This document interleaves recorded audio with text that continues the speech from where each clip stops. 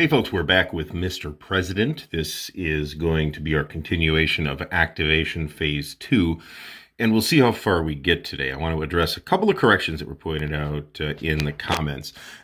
We did have I'm not sure where this comment came from, but we do have a rogue state in the Middle East with a war number 1 marker on them. That is the war against the Taliban.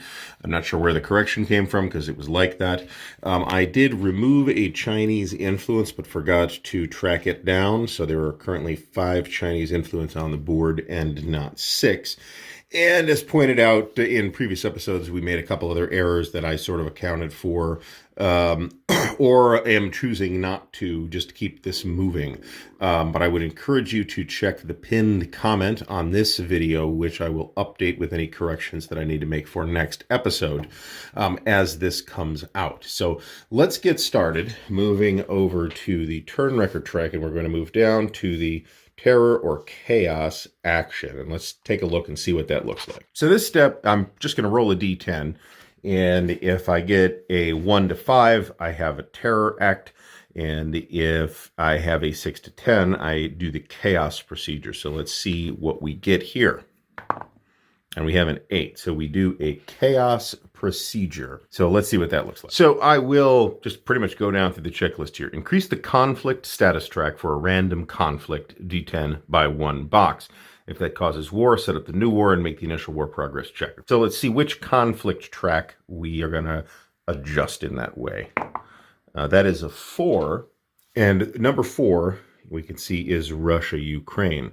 So this will go up by 1, taking us 1 step away from war between Russia and Ukraine. Very topical. However, we do not descend to war at this very moment. That may come up later, but it is not happening right now. Okay, so the next step is we roll a d10 on this table. One of the outcomes here is draw a new cascading event card from the unused pile and apply the results listed under C on the card, and then you put it in the number 2 pile unless the card directs otherwise. I'm a little unclear as to what we mean by the unused pile. Do we mean the additional cascading events cards that we didn't shuffle into our main events deck for the year? So those that are like currently sitting in a box outside the game.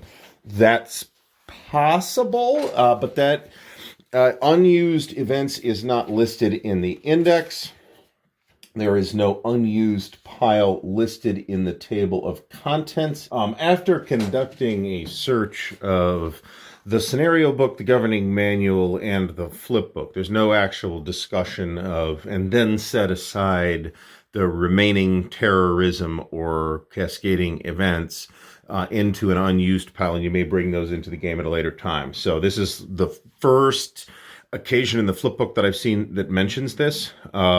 And this could be explained a little better, I think. And I did check the scenario setup just in case it's mentioned there, and I didn't see it there either. I'll be happy to take a rules reference, but this is how I am interpreting it for now. And on the terror result, had we done terror instead of chaos, there would be an equivalent result to bring an unused terror card into the game as well. So let's do our D10 roll. And see what we get anyway. So that is an 8, which means that we get domestic chaos, increased domestic crises by 1 box. So that takes us up here to the CONUS track where we will increase domestic crises. And I want to say that if we hit this box on domestic crisis levels, that is an auto lose situation. So we're going to probably work pretty hard to prevent that from happening. But in any case, according to the procedure, we now roll a d6. So let's see what we get on the d6 roll. We get a 1. Okay. Congressional leaders dismayed by your agenda. Roll another d6 and either randomly remove 1 friend from Congress or add a new opponent in Congress. So let's roll another d6 and we will add an opponent. So we have a cup for that. This is the potential opponent's cup. So let's draw one of these at random. All right, and this is going to be Estelle Lamb Radical. Doesn't say this, but unless you're playing on easy mode, I believe they come in at their more radical side. But in this case, Estelle Lamb here is identical on both sides. So in this case, at least, it does not matter. So then we will take Estelle Lamb here and add her to congressional opponents. And then that is the conclusion of the Terror Chaos segment here. So we're going to go up to one ally or rogue group acts, and we've seen that already. We have 3 ally or rogue groups. If we look over here, we have 3 that we could potentially draw, and these got randomized during the setup. So they're not 1, 2, 3, 4. So as noted, we will randomly draw one of the remaining allied chits. We'll pull this one, and this is going to be Group C, and then we will look at Group C in the Ally and Rogue Nation action chart book. And then I will put the counter up here in this box so that we know that it has indeed acted in Group C at that time, in case we need to know that. Okay, so Group C consists of Australia, Israel, India, and rogue states. And I will go through the sequence, but it looks like that is all rogue states. So we will go through each of these in the appropriate order. All right, so the first thing we're going to do is activate Australia. We will note the ally relationship, and that will determine the number of joint actions that we can take, which there's a list of over here. So if we look at Australia, we're going to see that our relationship with Australia is very close. So we will get 2 joint actions. Now, as a reminder, these allies can only act in their region. So Australia will only be able to activate inside Asia and Pacific. So looking at the situation over there, we do see that there's a decent number of terror groups. There's some Chinese influence, which we'd rather not have. And there's a trending anti-US on the regional alignment marker. So we're going to take a look at those major actions. And we're at a regional crisis level of 2, which is probably higher than we want. So we want to try and mitigate all of those things. Now, another thing that we probably want to keep in mind is the conflict track status of the DPRK ROK potential conflict, which is fairly low right now. So I don't feel like we really need to urgently do anything about that. So one of our joint actions, we're going to do a request UN humanitarian aid in any region. And that is a D10 roll. And as far as I can tell, there are no DRMs to this. So we're going to roll a D10. We want low here. We have a 7, and we can see that on a 1 to 8, the result decreases regional crisis in the chosen region by 1 box. So moving over here, we will decrease regional crisis level to 1. Now, we'd also kind of like to deal with the trending anti-US, but we also have to consider the terror groups. And we do have the potential to do an intel action to move a terror group up on the intel track. Now, because this is an automatic success as far as I can tell, I can locate any terror group in the region, choose the terror group, then place it in the gather intel.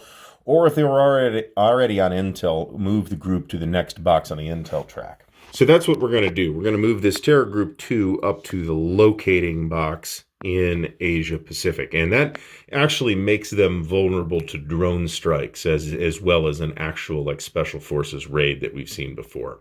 So that's our 2 joint actions with Australia. So next we're going to flip over all tensions counters on Australia and reveal their values. There is 1 tensions marker on Australia, and it is a value of +1. Next, we make a D10 unilateral action die roll referring to the Australia unilateral action table, and we do use that +1 as an additional DRM.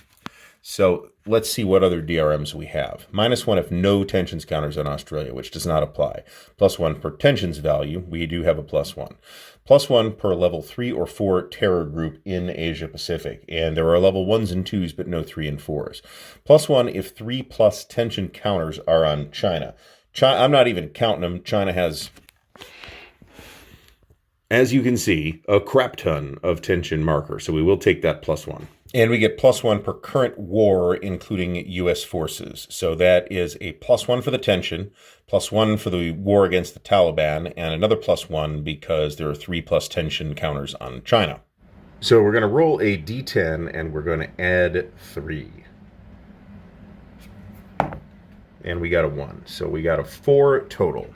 That is going to act to stabilize, -1 to regional crisis, which is great, but not necessarily the absolutely perfect thing. So we will increase, thanks to our good friends in Australia, the regional crisis level track down by 1 more, or leaving it at 0. Next, we remove all of Australia's flipped tension counters, and we replace those with half the number of counters that we removed.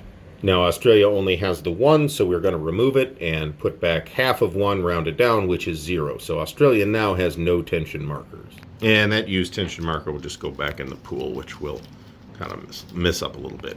All right, next we're going to activate Israel using the same procedure, except that it's Israel and is in the Middle East instead of in Asia Pacific. But at least one of these work differently if it's Israel doing it. So looking at the Middle East track, we do see that there's a good number of terror groups. There's some Russia influence that we'd rather not have.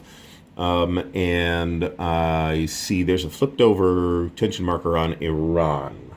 So actually, we're going to remove that. This is the +1, the one tension marker that we revealed last time. Iran seems to be fairly quiet. We would have replaced that marker with 1/2 the same number of tension markers rounded down, which would round down to 0. So we will put that marker back in the pool as well. Now we can see that our relationship with Israel is very close. So we are going to get 2 joint actions with Israel. So looking at regional stability here, it's real low. So I think I do need to spend one of those joint actions trying to increase regional stability. There is a potential DRM on this if regional crisis is 0, but that ain't the case. So we are going to roll a D10, and we got a 2. And looking at our results, on a 1 to 4, we increase stability by 1 box, which is great. Now, unlike alignment, which is kind of a trending track, I believe that's the actual term, where I have to actually place a pro-US trending marker on it, stability will just go up by 1. Okay, and the result would have told me place a trending pro-US marker differently. This is, I think, the one track in the game where it kind of works both ways. Stability works one way and regional alignment works the other way. Now, with our other joint action with Israel, we are going to do intel, and I think this is super prudent because Israel gets 2 intel successes per joint action. So for each success, I can either add 1 terror group to the intel track or move 1 terror group that is on the intel track up 1 box. So what we are going to do then is we're going to move this up to targeting, and we're going to move this up to targeting. And then with a U.S. action later on, we can potentially throw a special forces raid or drone strike or something like that at that group and knock out at least one of those. And that would be, or knock down, I should say. You don't normally just eliminate them, but we'll see how it works when that comes up again. Now, I will note that regional crisis levels in the Middle East remain really high. I'd love to do something about that, but I didn't have the actions to do it in this particular case. I really wanted stability off the edge there. I think where it's at now is okay. But we also have the war with the Taliban, which we'll get to in the war segment, which is coming up pretty soon. So next we will flip over the tensions marker on Israel, which is also a +1, and we will roll on the Israel unilateral actions table. Now, DRMs for this. -1 if no tensions counter on Israel. There's definitely 1. +1 per tension value, so we've counted that. +1 per Iran influence counter adjacent to Israel. There aren't any. +1 if there's a rogue state in the Middle East. As we can see, there is indeed a rogue state in the Middle East. We get +1/2 the status value for the Iranian nuclear missile program, and 1/2 rounded down the current status of the Israel-Iran conflict track. And then +2 if Israel is at war or Middle East rogue has WMDs, and we don't have any indication that that's the case at this point. Here's how I'm interpreting this. Iran's nuclear program is at level 2 here. That's the number 2. So we get 1/2 rounded up. So we are going to get a +1 for that. And then the conflict status in Israel-Iran is a 2. That's going to round down to 1 as well. So we're going to get a +1 for that. So what we're looking at for DRMs are +1 for the tensions counter, +1 for the rogue state, +1 for the Iranian nuclear program, and +1 for the status value on the Israel-Iran conflict track. That smells to me like a +4. So let's roll the dice and see what we get. We got a 6. That gives us a result of 10. This is going to be a result of strike Iranian-backed missiles or weapons, and I've removed 1 Iran influence of my choice in the Middle East, but there aren't any. All right, so I guess I'm making the judgment right now that it washes out and nothing happens. All right, next we will remove the tensions marker from Israel and re-add 1/2 that number of tension markers rounded down, which rounds down to 0, so Israel is once again free of tension markers. Next, we will activate India using the same procedure. Now, our relationship with India is close, so it is. We are only going to get one joint action here, and India does have a considerable number of tensions markers on it. Looking at the situation over there, we've got some terror groups, but none of them are incredibly alarming. We do have a trending anti-U.S. on regional alignment, and regional stability is not as high as I would like it to be, and regional crisis level is at the 2 right now. So I think with the one action, I'm a little less concerned about intel here because, frankly, I'm not going to have enough actions to do anything about it. I've already got a number of terror groups in a number of places that I can strike with the U.S., so that doesn't seem to be particularly useful. We can make one SOF raid attempt against one terror group in the region's target fixed intel, which there isn't any. We can attempt to stabilize the region. We can reinforce. We can de-escalate. Now, India's is on 2 conflict tracks, which is India versus China and India versus Pakistan. And the value of both of them are 2. So I think I'm not super worried about that at this moment. This could easily come back to bite me. I can also request UN humanitarian aid and potentially lower the regional crisis level. But I can also do something I haven't done yet, which is to remove stress. So up to 2 tensions counters from this ally. But let's look at what the India action table looks like, right? First of all, orange results on the table will end a war with China first or Pakistan. And if the result is brown, if India is at war, add 1 Indian strength to war instead of the listed result. So if I get a super high, based on the assumption that I'm probably going to get a pretty high number here, we can buy fighters from Russia, which would add Russian influence. We can increase India-China conflict track with 1 box, which would be bad. Same deal with Pakistan. India threatens China's string of pearls supply line. That would potentially increase the China-India conflict box, or decrease it potentially. Border fighting in Kashmir, that could do the same thing with the Pakistanis. We could do an anti-terror. We could end up with an anti-terror campaign, but we've got 4 or 5 tension markers on there. So what I think I'm going to do actually is remove stress, remove up to 2 tension counters from this ally. Now, there are 1, 2, 3, 4 tension markers on there. I'm going to pull off the top 2, leaving us with only 2. Now, after joint actions, we flip those tension markers over. So let's see what we got. We've got a 1 and a 1. So we've got a 2 tensions value for that. So looking at the DRMs for this, we're already at a +2. We've got that. So there's not no tension markers on India. We've got the 2 for the tensions. We've got a +1 per level 3 or 4 terror group or any level rogue state in Central or South Asia. There is no rogue state, but there is an unstable state, which I don't believe counts. We get a +1 if the conflict status is greater than 2 for India-China or India-Pakistan. They are both at 2. So I'm smelling a net +2 to this roll. So running here, let's see what we get. We get a 2 + 2 is a 4. Increase economic impact within Central South Asia. Remove 1 China or Russia influence from Central or South Asia. That is a very favorable result for me, frankly.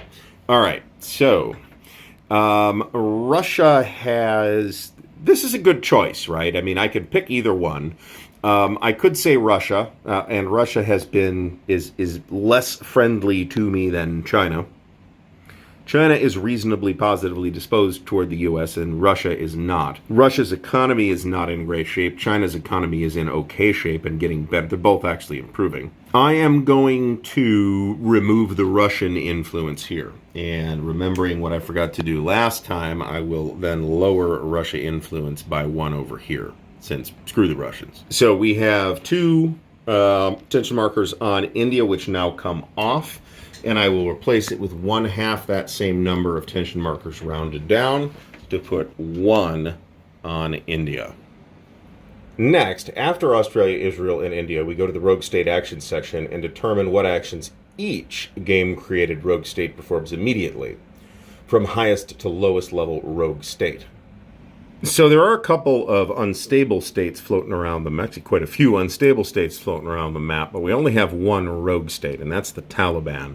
So that is the only one that we are actually going to activate at this time. Okay, so for the Taliban, which is a level 1 rogue state, we do only A. So we roll a D10. If they were a level 3 or 4, we would do A and B, which would mean we'd roll on this terror impact table. So now after this, I'll point out that we're going to check unstable states and then find out what happens with them. So let's roll the die on here and see what happens. That's a D10. That is a 6.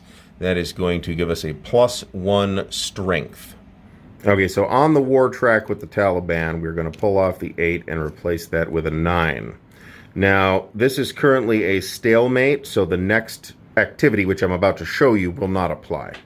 And here it says also if the current war type is combined air-ground, which it is, and the rogue state is not winning, roll a d10. Okay, so that actually does apply. So let's roll a... that is a 9. So on a 1 to 5, we would change the conflict type to guerrilla war. So we are not actually going to do that. And because the Taliban is only a level 1 rogue state, they only do A. Next, we check unstable states. And again, there's a giant pile of these. So let's deal with them in the appropriate order. Okay, so we've got an unstable state, and I don't know that it tells me in the game or the setup what these represent exactly. But presumably one of them is Syria, and the other one is presumably Iraq. So we are going to roll 1 for the first one, which we'll say will be Syria. And let's show the die roll. That is a die roll of 6. So we will keep the unstable state on the map. So next for Iraq, let's roll for them. Low would be great. 8, that is not low. We will keep the unstable state on the map. The next unstable states are in Africa. Once again, I don't know that the setup told me, and I don't remember, so we're going to roll for those as well. I'll point out that there is a DRM for this, which didn't apply on the rolls that I just made. There's a +1 if regional stability is less than 5. It is actually 5 in the Middle East, which is, thanks to what I did. So in Africa here, regional stability, however, is less than 5. So there is going to be a +1 on these 2 die rolls. So for the first one, we get a 1, +1 is a 2. So that means that one of these 2 unstable states goes away, which is pretty good. And there are minuses if we look at the table. We see that if there are minuses if the regional stability is really high, but certainly it is not. So for the second rogue state, we got an 8 that goes to a 9, and this is no bueno. These counters actually have one side that's unstable state, and then they will flip to civil war. So the first unstable state appears to have become a stable state, but the second unstable state flips you into another civil war. There are 2 civil wars going on in Africa at the moment, which is obviously not awesome. We have an additional unstable state here in Central and South Asia, so let's see what happens there. Now, the stability of the region is a 5, so there's no DRM for that. So let's see what we get. We get a 3 plus nothing is a 3. We remove that unstable state. So generally, although the situation in Africa has deteriorated to some extent, well, it has gotten better in places, and it's gotten worse in other places. So Africa's kind of it's maintaining its current situation, but we did remove a couple of unstable states. So I'd consider that more or less a win. Right now, our big panic moment is this right here, domestic crisis levels at 2. That's obviously a giant problem if it happens, so we're going to need to do something about that. So this space on the turn record track actually has 2 separate pieces. There's the Allied Group Acts and then the UN. So we're going to do the UN now. Okay, so there's a little bit to UN action here. The first thing we're going to do is we're going to do one of each of these: humanitarian aid, infrastructure aid, youth empowerment, and peace talks in a civil war. So let's do the humanitarian aid. We do this in order. We're going to attempt to aid the world region with the highest regional crisis value. Unfortunately, Africa is at 3. The Middle East is at 3. So it's going to be between the Middle East and Africa. So let's roll a d10. Even it's the Middle East, odd it's Africa. It is even, so it is the Middle East. So now we roll, and we needed to pass 1 to 8 on a d10. So we'll roll the d10. and we got a 2. So we will decrease regional crisis by 1 in the Middle East. So bravo, UN. Good job. All right, 1 infrastructure aid in the world region with the lowest current stability, and we, again, resolve ties randomly. Stability in Central America is 4. It is also 4 in Africa, and everywhere else is 5 or higher. We're going to roll a d10 once again. Even is going to be Central America. Odd will be Africa. This time we got a 6 even in Central America. We're going to do infrastructure aid, and we need a 1 to 5 to improve stability in that region, and we got a 10. So that was a failure. Not a great job, UN. Thanks for nothing. All right, next is youth empowerment programs. Attempt in the lowest stability region that contains a level 2 or 3 terror group. And 4 ties, we prioritize a region with a level 3 group. After that, we choose randomly. So this is going to be the same situation. We don't have any level 2 or level 3 or 4 terror groups anywhere on the map. We've got level 2s in Central America, and we've got some level 2s in Africa. So once again, we're going to roll even as Central America, odd as Africa. That is, again, a 10, so we have not done awesome on that. Okay, next is peace talks in a civil war. Choose 1 civil war or civil war ceasefire in the region with the lowest stability. Choose randomly for ties. The lowest stabilities are in Africa and Central America, but there are no civil wars currently in Central America, so it is going to be Africa. That could be written slightly more clearly, but I believe I'm getting that right here. And we make a broker peace talks roll for that war on the appropriate column of the Civil War Resolution Broker Peace table, which is over here on the next page. Which column I roll on depends on whether it's a civil war or a civil war and a ceasefire, and it is a civil war. So we have a -1 because it's a UN action. -2 for the ceasefire column does not apply. +1 if regional stability is more than 5. It is not. It is 4. +1 if there is an Iranian influence counter beneath civil war, and it is not. So we get a -1 here.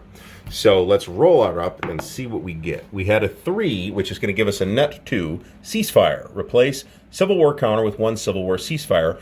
Decrease regional crises by 1 box, and place a UN regional peacekeepers under the CW ceasefire counter, and remove an Iranian influence counter if present. I will take one of these civil war markers off of Africa, put a civil war ceasefire marker there instead, and place a regional UN troops marker under that, and I'll put it there so I know that it is underneath. I do decrease regional crisis levels by 1, which is great because it was a real hot spot before. And then I remove an Iranian influence counter, but there aren't any.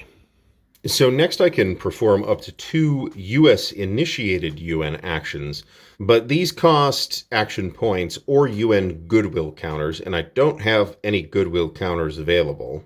And I've only got 6 action points left, and we got like serious stuff we got to deal with here. So and none of them would be affected by this. So these are the potential actions that we would do. We could decrease regional crisis. We could increase stability, but there's a 50-50 chance on that. Decrease regional crisis is pretty attractive, but during that ally phase and the UN actions phase, we actually did some good there. We can also de-escalate a conflict track by 1 level on a 1 to 5. This we may want to do, because Russia-Ukraine is 1 step away from war right now. So I think we are going to spend an action point, taking us down to 4. Now, this is only eligible if it is on level 3 or 4, but it is on level 4. So we're going to roll on a d10, and the roll is 1 to 5 is what we want. We got a 5. There are DRMs for this. If this is a U.S. requested action that we used UN goodwill to indicate, we don't use that. If it's a U.S. requested action, so we get a -1, which is good in this case.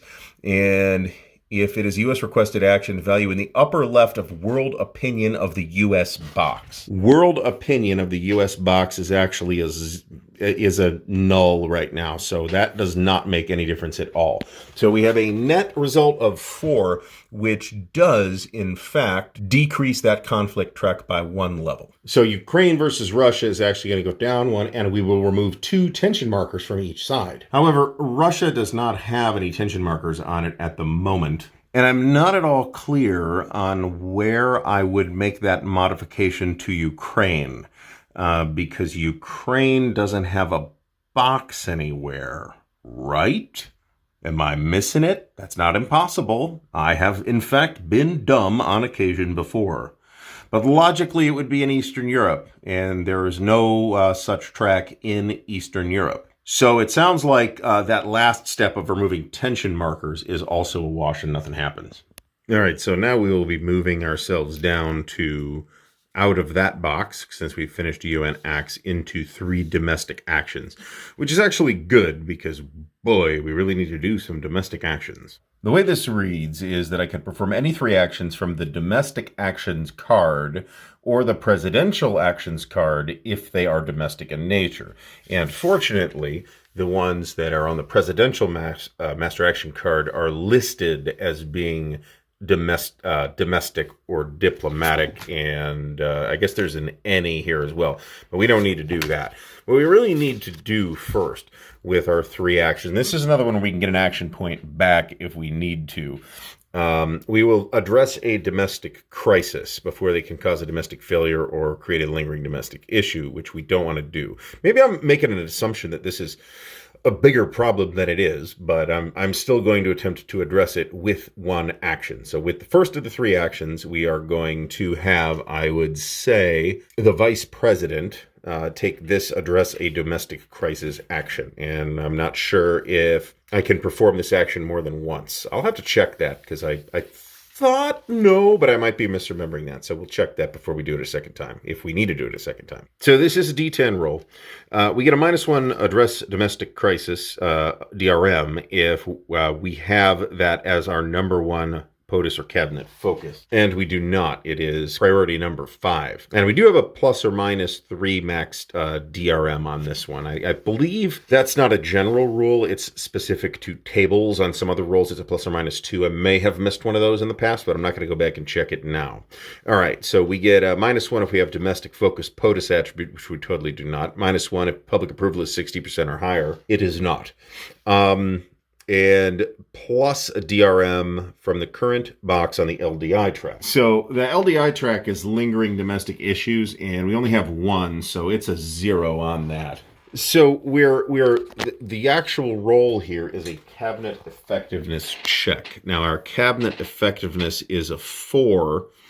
Which is not great. I need a 4 or less, and there are no DRMs on this, but I don't know of another way to, at this point, there might be another way to decrease this, but I don't know what it is. So let's roll it up and see what we get. Lord knows we've had some shitty rolls before.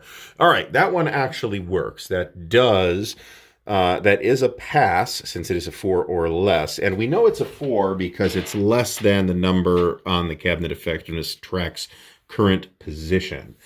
So that will lower our domestic crisis level by 1. So I think that takes us out of oh crap, oh crap, oh crap mode and gives us some flexibility to do maybe a couple other things in this action segment. And we are going to have the president do the presidential prestige action, which can potentially raise public approval and potentially public relations as well. We do get a -1 if we spend an AP, but I think we're not spending the AP because we only have 4 APs right now, and this is probably the last thing we're doing. So let's roll it and see what we get. That's not bad. That's a 4. Our prestige is currently 6, so we do pass, and the result there is a +2 public approval or a +1 media relations, which reminds me that I have screwed up one of the things that we're going to have to go back and do on one of the U.S. things. So media relations is right now dead in the middle, but I will take the +2 to public approval at the moment. That'll raise me up to 38. Now let's go back and do the media slant on the UN actions. So as we can see here, media relations is currently at 5. Now, as far as I could tell, there's no role for this. This is another one of the rules in the game that, I guess considering the number of rules in the game, some of them being unclear is not the end of the world and maybe not surprising, but this is another one that I don't think is particularly clear. So the way I'm interpreting that is, it is at a 5. If it were at a 4, I would get a -1 public approval. If it were at a 6, I would get a +1, and so on. So the way it looks to me on this roll is it doesn't change. I do wish this particular rule was written a little bit more clearly. because it does say, check your media relations. And there is a media relations check that you may sometimes need to roll on. And that, to me, combined with what it says in the governing manual, implies, but does not say, that we should actually make a roll on this. But I believe that's not actually the case. So for a third action, we're going to encourage bipartisanship in Congress.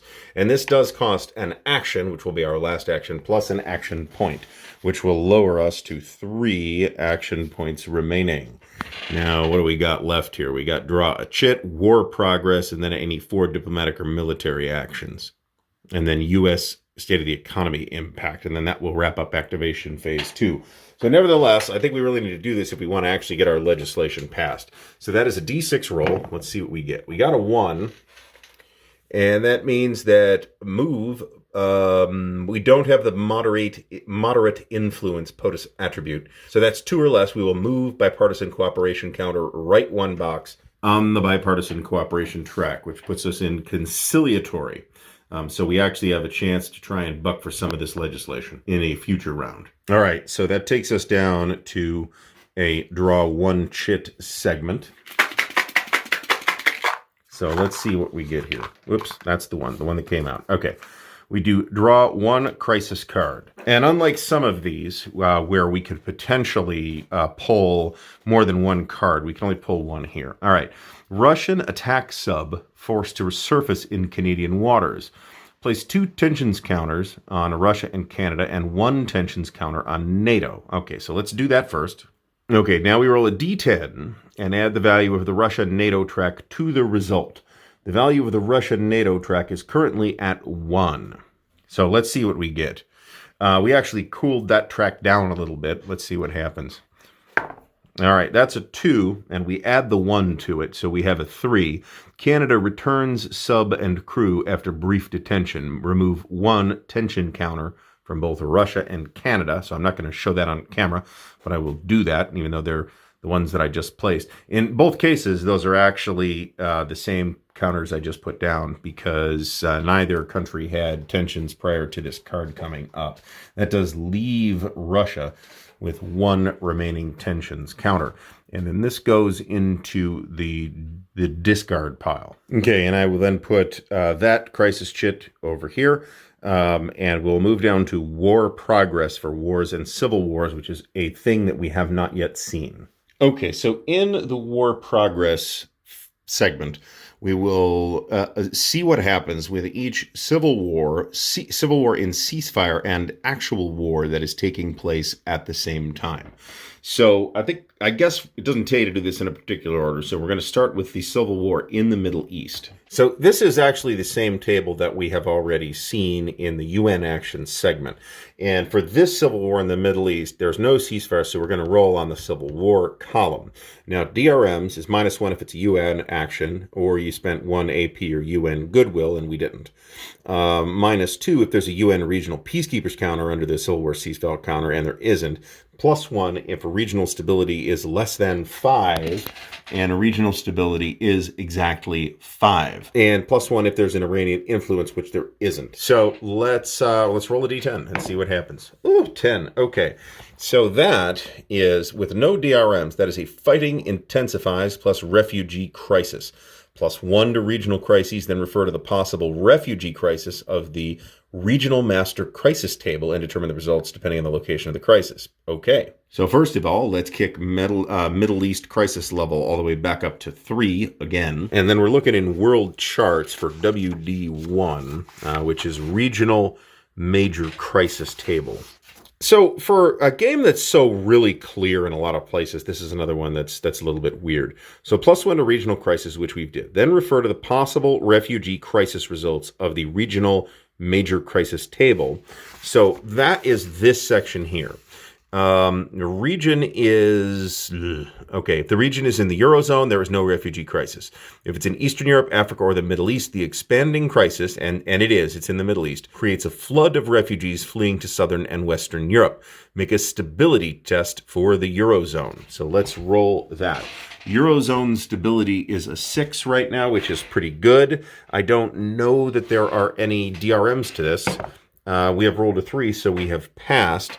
We do add +1 to Eurozone regional crises, which will kick the Eurozone up to 3, which we need to deal with that at some point, right? And because we passed the check, that's it. So that could have been worse. Had I failed, I would have still got the regional crisis increase and also gotten a worsening economy counter on the Eurozone state of the economy. And right now, that would not have moved it because there's no marker on it right now. It is holding steady at 5. All right, so that is the civil war in the Middle East. So let's move on to Africa. Let's first of all do the civil war that is not under UN-mandated ceasefire at the moment. Now, this is going to basically be a straight-up roll on this table. None of these... nope, that's not true. It is a +1 because regional stability is at 4 right now. So increasing stability down there might be a great idea. But I think only the U.S. can actually influence that at the moment. All right, so let's roll, and I got a +1 to the roll. That is a 2, so we get a 3. So we do get a ceasefire. We replace the Civil War counter with a Civil War ceasefire, and we decrease regional crises by 1 box. So we replace this marker with a Civil War ceasefire, but only, unlike the other one, there's no UN peacekeepers here, because this wasn't a UN action. They spontaneously decided they were going to have a ceasefire on their own. So next will be the other civil war in Africa that is in the middle of a ceasefire and has UN peacekeepers on the ground. Now that will give us a -2 to this roll, but there will be a +1 because it's still Africa and regional stability is low. So net -1 on here. And we have a 4 for a net 3. So this is going to be permanent peace, but nation is fragile. Remove the Civil War ceasefire and any UN peacekeeper or Iranian influence counter. Decrease a regional crisis by 1 box and place an unstable state counter in the region. Okay, so we will reduce the regional crisis by 1 level for the first Civil War result, and then by another 1 for the second Civil War result. So we're at 0 on crisis in Africa, which is good. And then we replace this guy, which was the civil war that was happening, and we replaced that with an unstable state.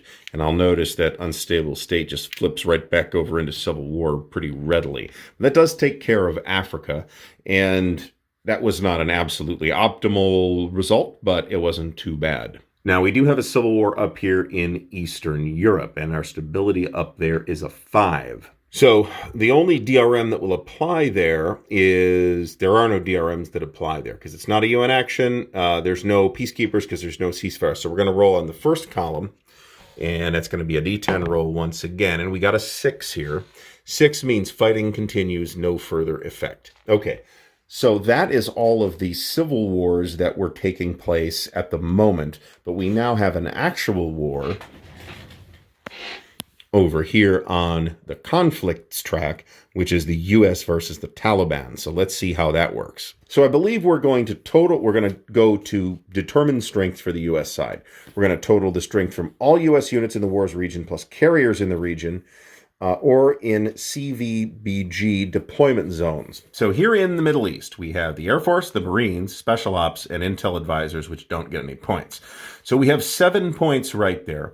But we also have a carrier here in the Indian Ocean, which I believe because this it's not really an arrow, but I believe because there's this line going here, I believe that applies to the Middle East.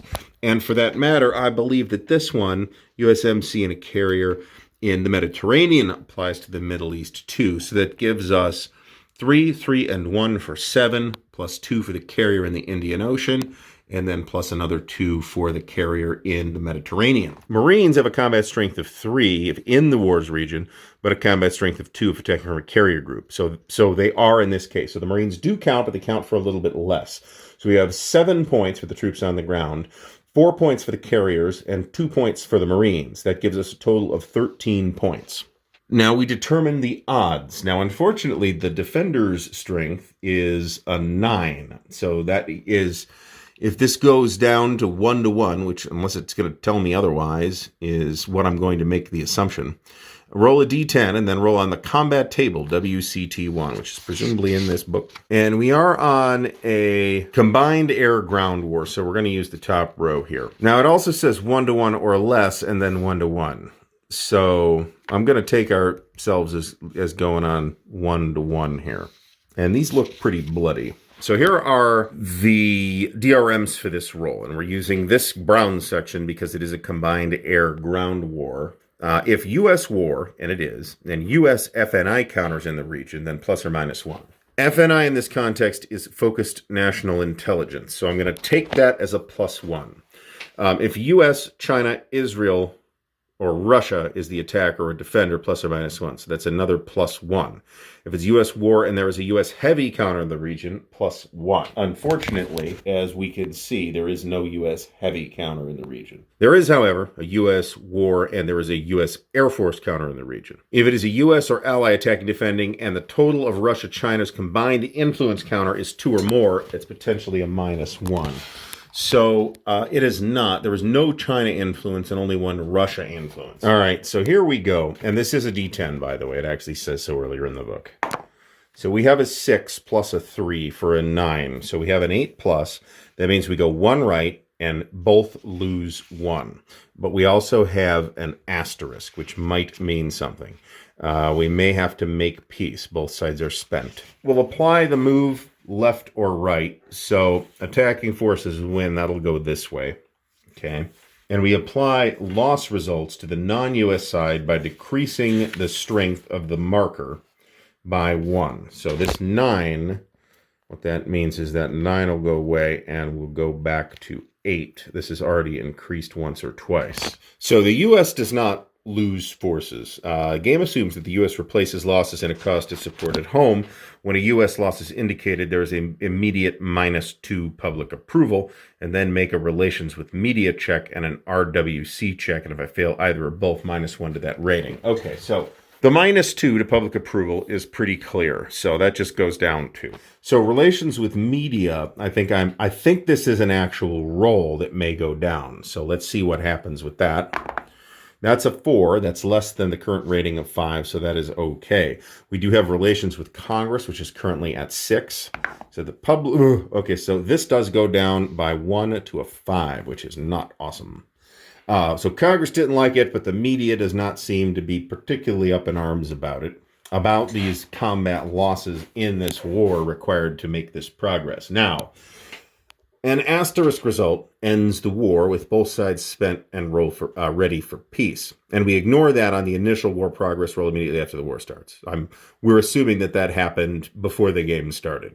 So after we apply the results, +1 to regional crisis in the war's region. If U.S. forces were involved, also place a U.S. military footprint counter in the region. So we grab a U.S. military footprint and we put that over here in the Middle East. We have 4 of those now in the Middle East. Okay, so this is where we actually are going to go here. When the warring sides make peace because of an asterisk result, a card player, ally, or rogue nation, before I forget, we actually do increase crisis level in the Middle East to major crisis. So we're going to have to see what that does. All right, so in the governing manual, we found that if the crisis level goes to regional crisis, it does sound like we immediately make a roll. So when we look at WD1, we're going to lose to public approval again. So that'll go back down to... All right, and then we're going to roll, and then we're going to roll on this table. Now, DRMs here, regional stability is actually 5, which is not that bad, but it's not a DRM. -1 per very close U.S. ally in the region. We do have Israel in the region, so that's a -1. +1 per non-ceasefire civil war in the region. There is a civil war in the region, so that's a net 0 so far. +2 if there's at least one war other than civil war in the region. That is a +2. And there are 2 game-created rogue states in the region. Okay, so we're making another judgment call here. When we got the war result that forced a peace between the U.S. and the Taliban, we added to the regional crisis number. So I think we're counting this war as no longer going on, I think. Again, correct me in the comments if that's not correct, but that's how I'm reading it at the moment. So I'm smelling a +1 for the non-ceasefire, +1 for the non-ceasefire civil war in the region. That's either Iraq or Syria.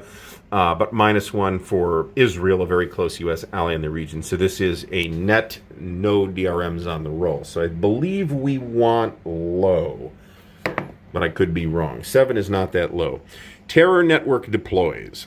Roll a d10 to determine the region. So it doesn't say anything here about this being limited to the Middle East. So we're going to roll a d10. We got a 7. So a level 1 terror group will appear in the continental United States. We will make, and we'll put that here. Well, let's see what happens, because now we make a Homeland Security check. Homeland Security track is currently at a 6, so we're attempting to roll against a 6, and this is a standard check mechanic, so it is a d10 roll. So we got a 10. Ugh. Okay. So we did not pass that check. If we had passed, no attack, but the terror network plans and build sophistication increase the highest level U.S. group by 1 level, which would make it a 2. Fail, we resolve a terror attack on the domestic terror table. So we've had a terrorist attack in the United States. That is not awesome at all. So the reference there is D11. So we're kind of doubling up on the process here. This says make a Homeland Security check.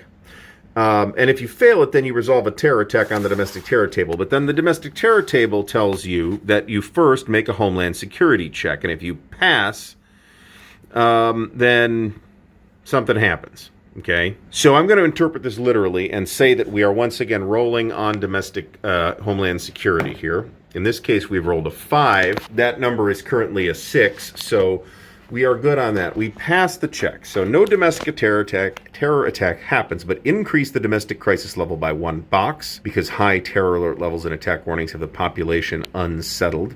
And we increase 1 terror group in CONUS by 1 level. And then we place 2 tensions counters on POTUS cabinet focus. All right. So we will rank domestic crisis up by 1, increase the terror group to level 2, and then over on POTUS cabinet focus, we will place 2 tensions markers, and we will place that here and here, which means we can't make any progress on any of those. Okay, if this is a U.S. war, when the warring sides make peace, the war ends and any conflict track is reset to the 3 space. So we'll reset that to the 3 space. If this is a U.S. war, we may choose not to accept the peace and continue the war. If so, continuous if there had been no peace result, but another -2 to public approval and world opinion. We're not going to do that. If the conflict status is stalemate, and it's not, the conflict status is the U.S. or U.S. aligned side is winning +1 public approval. If an ally is involved, and I don't think that's the case, so public approval will go up by 1. I feel like I'm missing something here. We did get a single asterisk and not a double asterisk, so it's not going to flip over to a guerrilla war. So I don't think we won, and I don't think we can claim that. And as far as I can tell, if you understand otherwise, let me know in the comments. But as far as I can tell, that appears to be the end of it, unless there's more over with the combat charts, and I don't actually see that. Okay, so we're going to call that. We are now at peace with the Taliban, I guess, or we just reset to stalemate. It doesn't say end the war. It says reset to stalemate. Actually, I don't think we reset to stalemate. I think it's only if it's but it doesn't tell me what to do. Like, what, I pull these off? Is that what happens? What happens with the forces? What happens? I don't know. And it's not telling us that. So let's look into it. What I think is happening here, and there's a lot of variables in this game, okay? So what I think is happening here is that this war is over, okay? And that stuff all just comes off. However, that said, there's still a rogue state in the Middle East, which is represented by the Taliban. So that's still hanging around. But I believe all this stuff comes off. And when it says you reset the conflict tracks to 3, I believe that means these tracks. Now, there isn't one for the U.S. and the Taliban. So I think, again, that just doesn't do anything. So while I research this to see if this stuff all just goes back in the pools, I'm going to leave these on here right now and just bear in mind that there's technically a peace in this war.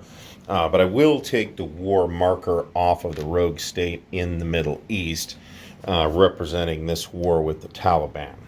And we will now move this down to any 4 diplomatic and or military action. And this particular action segment, it also gives me the ability to recover actions for those actions that I don't take. And it would be nice to have a couple more action points at this point.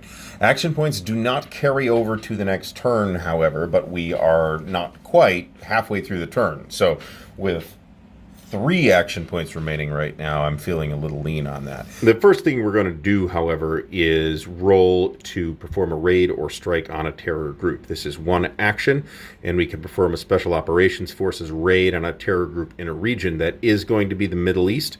We are going to target a terror group that is in the target fixed box. There's 2 level 2 terror groups in there right now. So let's try that first, and we may actually do this a second time, assuming that's permitted.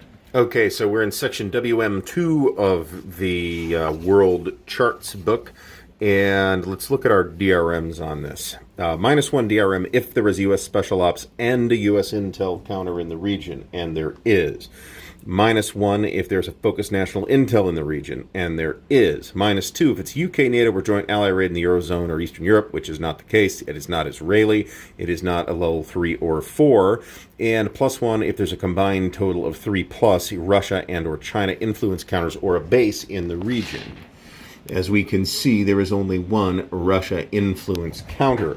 So I am smelling that we have a -2 on this roll. And this is another one where you can take an optional new player bonus, but we're not doing that. That's cheesy. So here's the roll. And we're looking for low. That wasn't that low. 7 -2 is a 5. So 5, we decrease the terror group by 1 level, and we move the terror group back to the gathering box on the intel track. So we will decrease this level 2 terror group to level 1, and it'll go back to gathering intel. I don't see anything preventing me from doing this a second time, so we're going to target that second level 2 terror group in the targeting or target fixed box, and we're going to roll again. It's going to be the exact same DRM of -2, and that was a 3 -2, so we got a 1. Decrease, major success, survivors scattered, decrease terror group by 2 levels, +1 public approval, move terror group to the gathering box in the intel track, and use captured intel to make an immediate intel attempt against 1 other terror group in the region. So that's pretty good. So we decrease this terror group all the way down to nothing, so that goes away. We will increase public approval by 1, which we certainly needed, and we will perform an immediate intel test on 1 of the terror groups up here. Now, it doesn't tell me this directly, but I think I am making an intel attempt using this rule right here. So we're going to roll. We want a 1 to 4. There is U.S. Intel and Advisors counter in the region, and there is Focused National Intel in the region.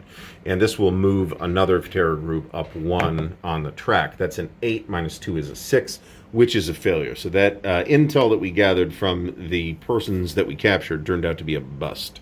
So that is 2 of our 4 possible military and or diplomatic actions. We're definitely going to do at least 1 of these. So we are going to order the Secretary of State for crisis relief. We will choose a region, which will obviously be the Middle East. Now, the regional crisis is currently at major crisis right now, so you want to get it down before that screws things up. So we're going to choose a region and roll a d10. The diplomatic rating of our Secretary of State, which is 1. So, whoops, we dumped the crisis chits. -1 if regional stability is 6 or higher, which it obviously is not. So we do get a -1 on here. So let's roll and see what we get. We have a 5, goes down to a 4. We decrease regional crisis in the region by 1 box, which will take us back down to 3, which is not great, but at least it's not a major crisis. All right, so what we're going to do here with our last diplomatic action, and this is on the presidential actions, but it's under diplomatic, so we can do it, is we can invite an ally leader to the White House to improve relations. Here we roll a d10 on the table, so we need to choose an ally with relations not very close. We're going to choose NATO, which is currently estranged, which is bad. Now, DRM's -1 if we spend an action point, which we're not going to do. +1 if the ally is currently estranged, but -1 if you have the ally's best friend POTUS attribute, which shockingly I do. It is a straight up roll, and I'm shooting for a 6 or less. Let's roll in the tray. That's too bad. That was a good roll. We got a 1, which is perfect. 6 or less, we improve the relationship by 1 level, and we remove 1 tension from the ally. So we'll pull estranged off of NATO. We're now close with NATO. We will pull 1 tensions counter off of NATO as well. So that is good. And that is our 4 actions. I spent no action points there, but I didn't get any action points back either. Now we're going to do U.S. SOE impacts. Let's see what that looks like. Now, the state of the economy is at the top and is improving. That's another assumption that I've made, that it can still get that marker even though it can't move up anymore. Okay, so I will perform the following 2 steps. Perform the number of economic assistance acts allowed by the current U.S. SOE as shown on the box to the left. Yay. Okay. For each economic assistance act you're allowed, you may perform either of the following: improve an ally relationship by 1 level, or place a trending pro-U.S. counter in one of the 8 world regions. State of the economy is great. A lot else is going wrong, but that's going okay. So we do get 2 economic assistances. We will use this opportunity to improve a relationship with NATO back to very close. Now we're still only close with the UK, but we'll just have to deal with that right now. Regional alignment in Africa is low. Regional alignment in South America, Central America are low, but in all those areas, stability is a bigger issue. We do have a trending pro-US here in Central America, so we could use that to actually move it up on the track. We have a trending anti-US here in Asia Pacific, and I think we're actually going to use that to remove trending anti-US to keep regional alignment at 6. Which is, you know, optimally, I'd like it to not go below that, right? So those are those 2 actions. Then we update the game state as noted in the box to the right of the current SOE counter, potentially gaining or losing public approval, APs, or improvement, worsening of relations with Congress. So we get a +3 public approval, so that's good because the economy's in good shape. That puts us at 42, which is still not great. We get 2 APs, which is damn handy because that was really low. And, you know, part of the dynamic is that, you know, I wasn't sure going in exactly where I get opportunities to improve this stuff. And I get +1 relations with Congress, too. So that puts that back up at collegial. So that's not bad. Move the counter forward 1 space on the turn sequence track. That puts us at the end. That actually puts us here at the end of activation phase 2, and therefore at the end of this episode. If you have watched this entire time, I really appreciate it. I will, as I think I mentioned somewhere in the 52 different video segments that we filmed as part of this, I will put a pinned comment at the top of the comments for any corrections that I feel like I need to make. Thank you very much, those of you who have issued, let me know about those corrections in previous episodes. Hopefully you are enjoying this series. If so, please be sure to mention it in the video description. I would be remiss at the very end for not giving a shout out to the patrons of Ardwulf's Lair, without whose support and encouragement it would be impossible to continue doing all of this stuff. We got some hot action coming up in Activation Phase 3, which is the next episode, so stay tuned for that. Hopefully that will be out this week as well. Until next time, thanks for watching and happy gaming.